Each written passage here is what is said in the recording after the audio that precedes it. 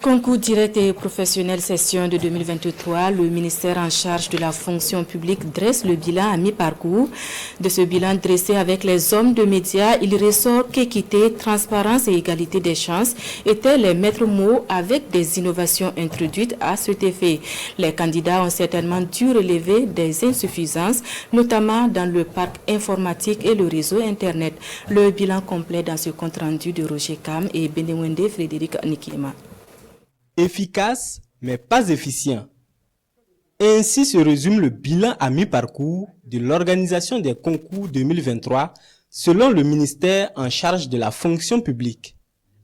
Cette efficacité est le résultat des innovations apportées pour pallier les insuffisances de la session 2022.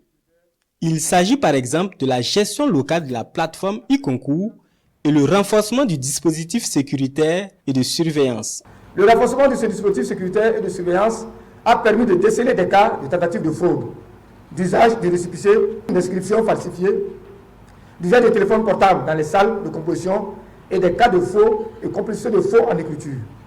Ces auteurs de tentatives de fraude ont été interpellés et les cas ont été soumis aux structures ou services compétents à la matière.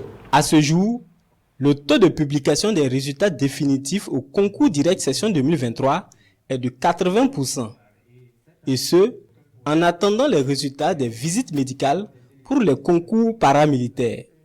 Malgré tous les efforts consentis dans l'organisation de la session 2023, des difficultés demeurent. Sans être exhaustif, on peut citer l'insuffisance du matériel informatique et péri-informatique, la perturbation du réseau Internet, l'insuffisance des salles de composition en ligne, l'insuffisance des salles de composition sur table au niveau central, tout comme au niveau de concentré, en raison de l'accroissement du nombre des candidats au fil des années. La rentrée académique dans les écoles et centres de formation professionnelle est prévue le 30 octobre prochain.